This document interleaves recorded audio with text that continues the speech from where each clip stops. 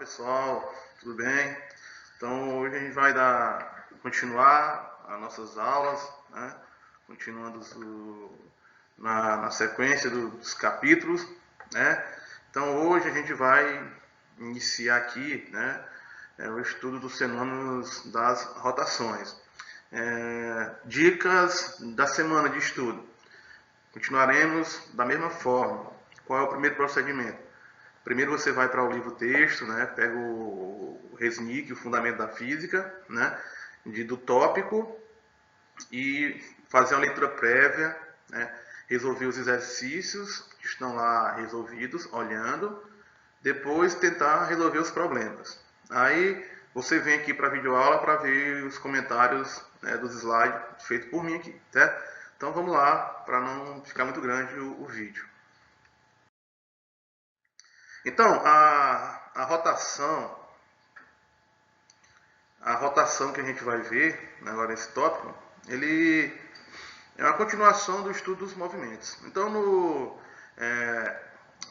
na disciplina anterior, na mecânica 1, nós estudamos, né, até agora o movimento de partículas, né, ao longo de um eixo, onde a gente simplesmente pegava uma partícula e analisava o seu deslocamento, né, digamos, para a direita ou para a esquerda ao longo de um eixo, né, calculava esse espaço, calculamos a velocidade, calculamos a aceleração, e assim a gente definiu esse estudo como sendo um movimento translacional, né? O objeto está transladando, né? Então nós estudamos mecânica 1 e até agora esse estudo, né, de partículas que se movimentam ao longo de uma linha, né, essa linha reta ou uma linha curva, e onde a gente definimos todas as propriedades, né, espaço percorrido, né, deslocamento, velocidade e aceleração. Só que agora, na rotação, a gente vai definir, né, esse movimento de outra forma, né, onde a partícula ela vai girar, não vai mais andar ao longo de um eixo, mas sim vai girar em torno de um eixo de rotação, né? Então a característica desse movimento é que agora a partícula, né, o corpo vai girar em torno de um eixo fixo. Então essa é a característica da rotação. Então, para a gente iniciar esse estudo da rotação, é interessante que a gente defina o conceito do que seja um corpo rígido. Então eu tentei ser aqui o mais simples possível nesse conceito. E o seguinte, o que seria um corpo rígido? Se todas as partículas de um corpo giram da mesma forma em torno de um eixo, então o corpo é um corpo rígido. Então, trocando isso aqui, o que seria um corpo rígido, pessoal? É quando todas as partículas de um corpo não mudam a sua posição em relação a um eixo de rotação. Então, se eu tenho um corpo, né, onde todas as partículas que compõem esse corpo não mudam a sua posição em relação ao eixo de rotação, então eu digo que esse corpo todo, né, ou seja, esse conjunto de partículas forma um corpo, e esse corpo eu chamo ele de corpo rígido, certo? Então a gente vai trabalhar aqui agora com corpo rígido, né? A gente pode encontrar vários exemplos no nosso dia a dia, né? Se você olhar um disco de vinil, um CD rodando, né? O que mais que a gente pode representar como um corpo rígido, né? A pá de um ventilador é um corpo rígido, ou seja, onde todas as partículas que compõem esse corpo giram em torno de um eixo e sua posição não muda, né, no processo de rotação. Poderia me perguntar, professor, o Sol é um corpo rígido? Né? O Sol gira, né? Tem um movimento em torno do seu eixo. Não podemos considerar o Sol como um corpo rígido. Por quê? Porque ele é uma grande massa gasosa de plasma e essas partículas dentro do Sol se movimentam, mudam de posição constantemente. Então o Sol, apesar de fazer uma rotação, não é um corpo rígido, certo? Então vamos para o estudo da rotação. Então, pessoal, aqui esse movimento, esses fenômenos, eles são simples da gente percebê-los e estudá-los. Por quê? Porque a gente pode fazer um paralelo, né? Pode fazer uma relação com o que a gente já aprendeu no movimento linear, ou seja, no movimento de translação. Da mesma forma que nós tínhamos espaço percorrido na translação, né? Um espaço percorrido, ΔX, aqui nós teremos um espaço percorrido na rotação, que vai ser uma posição angular. Então essas partículas, ao invés, é óbvio que a gente vai ver que existe uma relação entre, a gente pode relacionar o movimento linear com o movimento angular, né? A gente vai ver lá na frente que a gente pode relacionar. Mas tratando apenas da rotação, toda vez que um ponto, né, uma partícula desse corpo rígido gira, ela percorre um espaço que agora a gente vai chamar de um espaço de uma posição angular, porque ela varre um ângulo com relação ao eixo de rotação. E essa posição a gente chama de posição angular, né? Também a gente vai calcular um deslocamento angular. Vamos ver se vai ser possível a gente dar esse trato, né? Porque deslocamento da ideia de vetor. Vamos ver se é possível a gente dar esse trato vetorial para essa grandeza, né? Também a gente vai calcular a velocidade angular, né? A velocidade com que a partícula vai varrendo esses ângulos, né, ao girar em torno desse eixo. E também teremos uma aceleração angular. Óbvio. Então, pessoal, qual é a facilidade desse tópico aqui? Porque a gente pode muito bem fazer uma analogia com as equações, com o próprio fenômeno em si, a translação com a rotação, a gente pode fazer uma analogia. As equações têm os mesmos parâmetros, né? Ou seja, a posição angular é um espaço percorrido em ângulo, a posição linear é uma posição percorrida ao longo do eixo x, e você faz a analogia e vão ver que as equações têm quase as mesmas propriedades, têm os mesmos formatos. Muda só a aplicabilidade, né? Diferenciando da translação com a rotação. Então vamos analisar rapidinho aqui cada uma dessas grandezas aqui.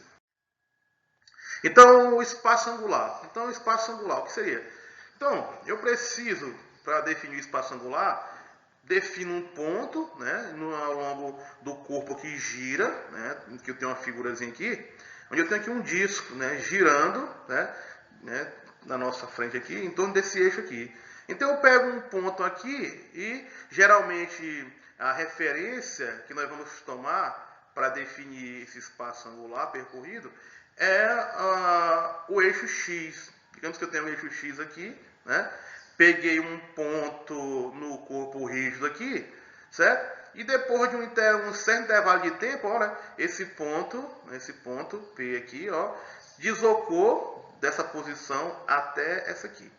Então, nós aprendemos lá na matemática, né, que quando essa partícula saiu desse ponto aqui e foi para esse, ela percorreu aqui, ó, um arco de circunferência. Percorreu um arco de circunferência. Então, qual é a relação entre esse arco de circunferência com o ângulo interno que ele delimita, né? Então, nós vimos que essa relação é a seguinte, ó, que o ângulo interno, né, se relaciona com o arco assim, por essa equação aqui. Θ é igual ao arco percorrido, tá aqui, esse arco daqui até aqui, né, o arco percorrido, dividido pelo raio, ou seja, o raio é a distância, né, que o ponto se encontra. Esse ponto é óbvio que é fixo, né? Então, para ser um corpo rígido, esse ponto não pode variar enquanto o corpo gira. Então, essa relação entre o arco percorrido e o ângulo que ele delimita é que nós chamamos de espaço angular, ou seja, posição angular, né? Sempre com relação a esse eixo x aqui, ó. Então, ele saiu do eixo x, deslocou até um ponto aqui, e aqui ele delimita aqui um arco. Então, esse ângulo aqui interno aqui, que eu chamo de espaço angular, é definido pelo arco dividido pelo raio, né? Tá aqui, ó, o arco, né, dividido pela distância, certo? Muito fácil.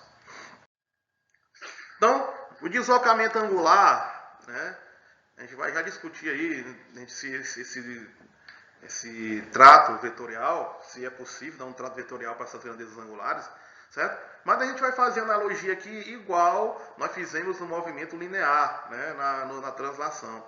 Nós vimos que quem era o deslocamento linear, ΔX, quem era? Era o x sinal menos o x inicial. Aqui é a mesma analogia. Então, quem seria o deslocamento angular, Δθ? É muito fácil, é a mesma analogia. Olha, eu tenho aqui uma um eixo de referência aqui, está aqui o eixo x, né? Digamos que aqui eu vou ter aqui, pessoal, Essa reta bem aqui, é uma reta de rotação que vai balizar o movimento de um corpo rígido, né? Então eu tenho aqui toda essa reta de referência, né, que se refere ao corpo rígido, que estava inicialmente aqui deitada no eixo X, e depois de um certo intervalo de tempo, T1, ela se deslocou aqui, para essa posição aqui. Então, quando ela saiu para essa posição, ela percorreu um ângulo θ1, né? Depois de um tempo T2, o corpo girou, né, para estar agora aqui nessa nova posição. Veja só que a reta de referência deslocou aqui. Veja só que o ângulo agora aumentou, né? Saiu de um ângulo θ1, nessa posição, para o ângulo θ2, né? Então deslocou de uma posição inicial para uma posição final. Então, analogamente, a abordagem na translação é a mesma coisa. Então, a variação do espaço angular, Δθ, é óbvio, o ângulo final, θ2, a posição final, menos a posição inicial. Então, muito fácil. Esta variação do ângulo da reta de referência que gira com o corpo é o deslocamento angular do corpo durante esse intervalo de tempo. Então, a gente pega essa reta de referência e a abordagem é a mesma. Quem é o deslocamento angular? É o ângulo final menos o ângulo inicial. Muito simples de fazer esse entendimento. Igualmente, pessoal, se aquele eixo de referência deslocou, varreu um ângulo em um intervalo de tempo, é óbvio que se há um deslocamento em um intervalo de tempo, é óbvio que se tiver essas grandezas eu posso muito bem definir velocidade angular, né? Outra vez, mantendo os mesmos parâmetros de comparação com a translação, é a mesma coisa. Quem é a velocidade média no movimento linear? Velocidade média é ΔX sobre ΔT. Aqui é a mesma coisa. O que muda é que o espaço percorrido não é mais um espaço linear, mas é um ângulo varrido com relação ao eixo de referência, né? Então está aqui. Para eu calcular a velocidade angular média é muito simples. Olha, eu pego a variação do espaço angular Δθ, né? Divido pelo tempo aqui, e obtenho aqui velocidade angular. Tomar cuidado, pessoal, acho que eu esqueci de comentar ali no slide anterior, que esse espaço angular, ele é definido, a sua grandeza é definido em radianos, certo? Não utilizamos a variação em graus, né? Então, o trato para o movimento na rotação, vamos sempre dar o trato do radiano, certo? Eu vou deixar outro videozinho aí, com algumas demonstrações desse capítulo, e eu vou lá explicar realmente como que a gente define o radiano, né? Então, se o espaço angular, a variação de espaço angular é dado em radiano, aí velocidade angular ômega é Δθ radiano por t segundo, então a unidade do SI é o radiano por segundo, certo? Então é a unidade de velocidade angular. É a mesma analogia, olha, se esse eixo de referência, né, em T1 percorreu um ângulo θ1, em T2 ele percorreu um ângulo θ2, então Δθ é o ângulo, a variação angular, o ângulo final menos o ângulo inicial em radiano. Então essa variação dividido sobre o intervalo de tempo T2 menos T1, né, nos dá a maneira de se calcular a velocidade angular média. Avancemos. Agora, se eu quiser calcular a velocidade angular instantânea, né, vocês viram as deduções lá na mecânica 1, né, o gráfico da curva, né, do espaço em relação ao tempo, né, quando eu quero definir, né, a velocidade em um ponto, na realidade, para eu fazer isso, vocês viram que eu preciso, né, trazer esse intervalo de tempo no limite, né, da função, né, no lugar da função, no limite quando ΔT tende a zero, né, fazendo aquela analogia com aquele gráfico lá do movimento linear. Então, a mesma aplicação é aqui. Se eu quiser calcular a velocidade angular instantânea, é o limite da função Δθ, né, quando ΔT tende a zero. E isso aqui, quando a gente faz isso, nós estamos calculando a taxa de variação da função de um ponto, né? E calcular a taxa de variação de uma função em um ponto é a gente calcular a derivada, né, da função naquele ponto. Né? Então, o limite quando ΔT tende a zero de Δθ sobre ΔT, isso aqui nada mais é do que a gente nós aprendemos no cálculo, que a derivada da função, né, θ em relação ao tempo. Então, na realidade, essa é a verdadeira definição de velocidade angular. Né? É o que? Velocidade angular é a derivada da função posição angular com relação ao tempo. Então, calcula a velocidade e define dessa forma, Δθ sobre dt, dθ/dt. Então, a gente pode fazer uma analogia, né, mais uma vez. Veja só que isso aqui não o raciocínio é o mesmo do que vocês já aprenderam anteriormente, nada é novo, né, o manejo das equações é a mesma coisa do que vocês já sabem. Então nós vimos que se eu derivar a função posição em relação ao tempo, eu derivando a função posição em relação ao tempo, eu obtenho a velocidade. E é óbvio que eu derivando a velocidade, ó, derivando aqui a velocidade em relação ao tempo, eu obtenho a aceleração. Ou seja, a aceleração é derivar a segunda da função posição. Derivo a posição primeiro, obtenho a velocidade. Derivo mais uma vez, eu tenho a aceleração. Vocês viram isso, eu não coloquei aqui porque isso são assuntos que vocês já viram lá na mecânica 1. Né? A aceleração nada mais é do que a derivada segunda da função espaço. Então aqui eu estou só fazendo para comparar. E é a mesma coisa. Então a aceleração, né, angular é o limite quando ΔT tende a zero na função lá. Isso aqui é a mesma coisa dizer que é a derivada da velocidade, né, com relação ao tempo. Dessa forma eu defino a aceleração. Eu vou fazer algumas demonstrações no outro slide, no outro vídeo, que eu vou deixar demonstrando algumas passagens desse tópico que eu acho importante. Certo? Então, pessoal, olha, uma observação interessante, né? Eu espero mais uma vez que vocês leiam o capítulo do livro para poder você aprofundar mais e entender melhor o que nós estamos estudando. Então, o trato angular vetorial para essas grandezas, né? Nós vimos na mecânica 1 que o movimento de translação nós podemos fazer toda uma abordagem dele, né, de forma vetorial. É óbvio que porque deslocamento é vetor, né, velocidade também é uma grandeza vetorial, aceleração também é uma grandeza vetorial. Mas será que aqui no movimento rotacional, já que nós estamos fazendo sempre uma analogia, e o trato é o mesmo? Podemos, né? Podemos, entre aspas, dar um trato. Né? Primeiro, o deslocamento angular, eu posso dar o trato, aspas, no movimento macroscópico, né, eu não posso desse trato. Né? Por quê, pessoal? Porque a principal característica para eu definir se uma grandeza ela pode ser tratada como vetorial é eu fazer aplicar uma das regras simples, né, dos vetores, que é a comutação. Né?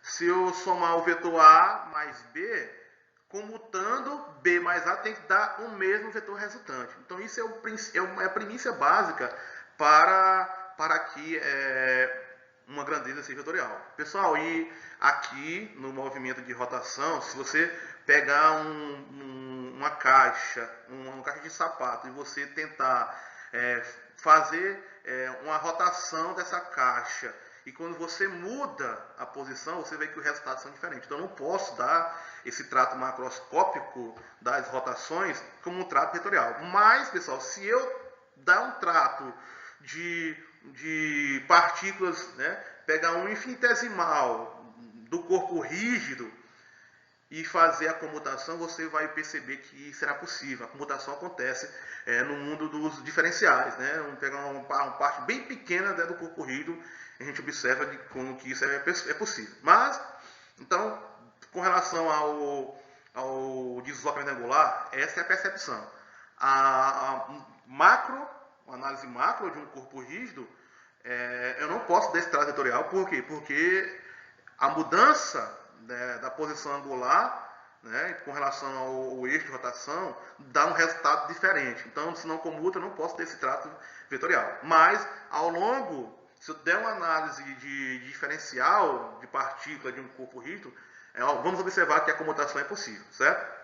Agora, com relação à velocidade angular, pessoal, a gente pode definir essa velocidade, o vetor velocidade angular bem simples, né? Como é que a gente vai fazer para definir esse vetor velocidade angular? Então é muito simples, ó. Vamos só, esse vetor, pessoal, ele vai dar apenas a direção e sentido de rotação do corpo rígido, certo? Então o vetor, esse vetor, está aqui, ó, o vetor velocidade angular, ele vai definir simplesmente o sentido de rotação, né, que o corpo rígido está realizando. E é muito simples aqui.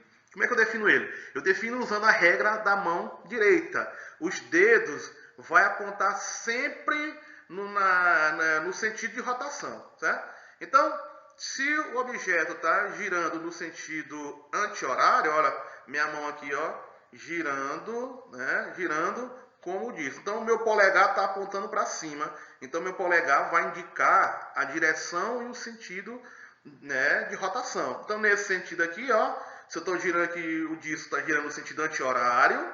Então, meus dedos estão acompanhando o giro do disco, olha, meus dedos e o polegar apontando para cima. Então, ó, meu vetor velocidade angular aponta na direção do eixo de rotação. Então, o disco está girando na direção dos meus dedos e o eixo está de rotação para cima. Então, a minha velocidade angular vai apontar no sentido do Y positivo. Se o disco girar no sentido anti-horário, olha só como vai ser aqui agora, ó. Meus dedos para acompanhar aqui agora o disco, ele vai girar no anti-horário, agora quando ele aponta meu dedo para baixo, né, no sentido do Y negativo. Então, meu vetor velocidade angular, se o disco estivesse girando no sentido anti-horário, agora é para baixo. Então, muito fácil definir o vetor velocidade angular. Então, vamos lá, continuar rapidinho aqui, encerrar esses tópicos. E aí, pessoal, olha, só mais uma vez para a gente enfatizar, né, a analogia com relação às equações no movimento de translação para o movimento rotacional. Então, veja só, vamos analisar aqui, uma rotação, né, com aceleração constante. Ó. Então, uma rotação com aceleração constante. Lá no movimento linear, nós tínhamos um movimento uniforme variado, né, linear. Olha como eram as equações aqui. Né? Vocês lembram, né? No movimento retilíneo uniforme variado, ó, a velocidade V igual a VO mais AT, equação da posição ΔX é igual a VOT mais 1 meio de AT quadrado, equação de Torricelli, e assim vai. Pessoal, observem que quando a gente traz para a rotação com aceleração constante, as equações é a mesma coisa, só mudar as variáveis. Ó, velocidade, V final, VO, AT. Rotação, velocidade, ômega inicial, AT. Equação da posição, ó, ΔX, VOT, 1 meio de AT ao quadrado. Delta θ, ômega t, 1 meio de AT quadrado. É a mesma coisa, as equações é a mesma. Você muda só as variáveis, né? E é óbvio que o fenômeno é diferente, né? Um é uma rotação, o outro é translação. Mas o trato das equações são as mesmas. Ó, a equação de Torricelli aqui, ó. V quadrado é igual a VO quadrado, 2 vezes A ΔX. Trazendo para a rotação, ó, ômega quadrado é igual a ômega inicial quadrado, mais 2 vezes a aceleração vezes delta θ. Então a analogia é a mesma, as equações são as mesmas, só fazendo paralelos, né? Trocando as variáveis. Né? Então é muito fácil tratar com a rotação, porque já é apenas você pode fazer analogia do que nós estudamos nos movimentos lineares. Muito fácil. Então, pessoal, como eu disse anteriormente, a gente pode fazer também uma relação entre as variáveis lineares com as de rotação. Como é que a gente pode fazer essa relação? É muito simples, olha. Primeiro, a gente pode fazer, digamos que um ponto do corpo rígido desloque de um ângulo. Então, qual é a relação desse ângulo com o deslocamento, né, linear, ou seja, o arco que ele percorre? Está aqui, ó, já vimos, né? Que o arco que uma partícula percorre girando em rotação de um corpo rígido, ele se relaciona com o ângulo que ele delimita. Qual é essa relação? O arco é igual ao ângulo que ele delimita vezes o raio. Essa é igual a θr.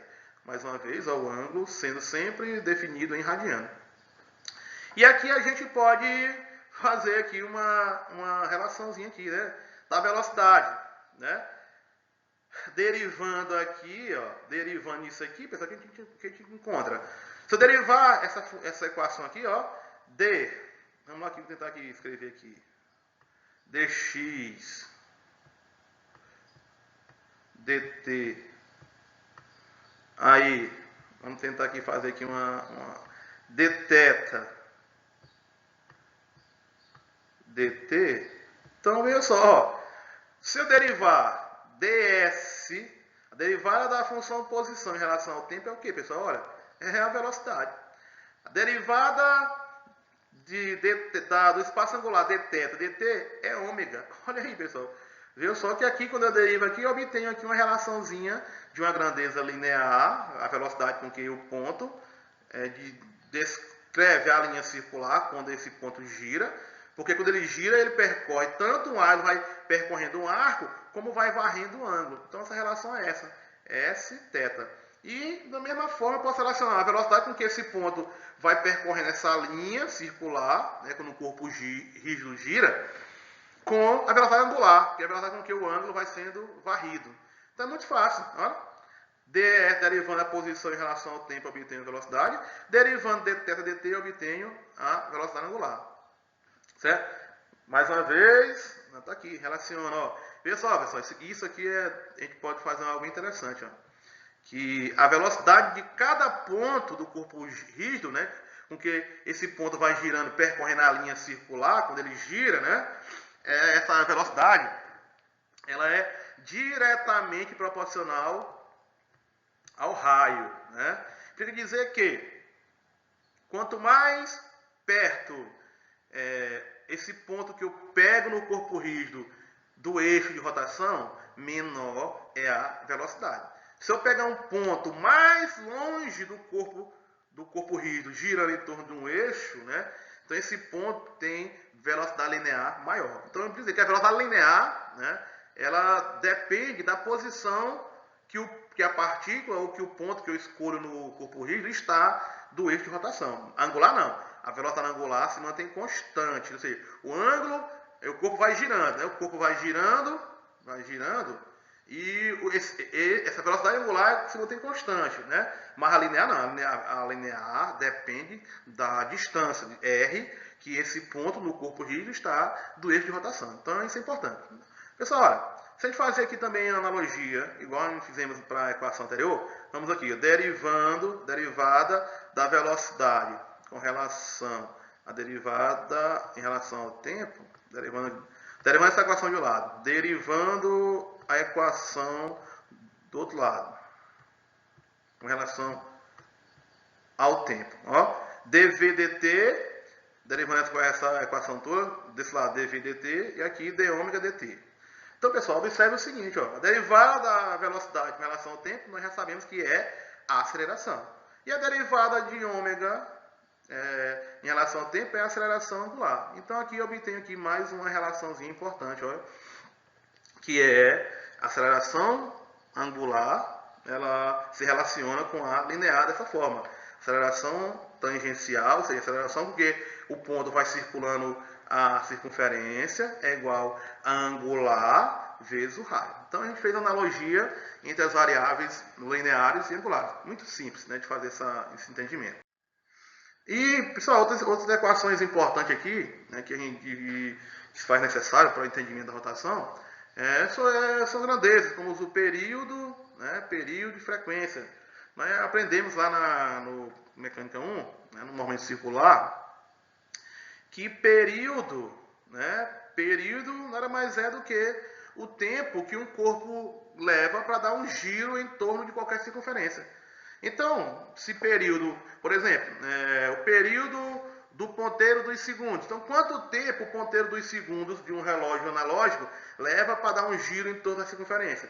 Então, o ponteiro dos segundos leva 60 segundos para dar um giro completo no relógio. Então, o período é o tempo gasto para qualquer corpo dar um giro em torno de uma circunferência. Então, o período é isso, é o tempo gasto, o tempo que dura uma revolução completa. Então, o período.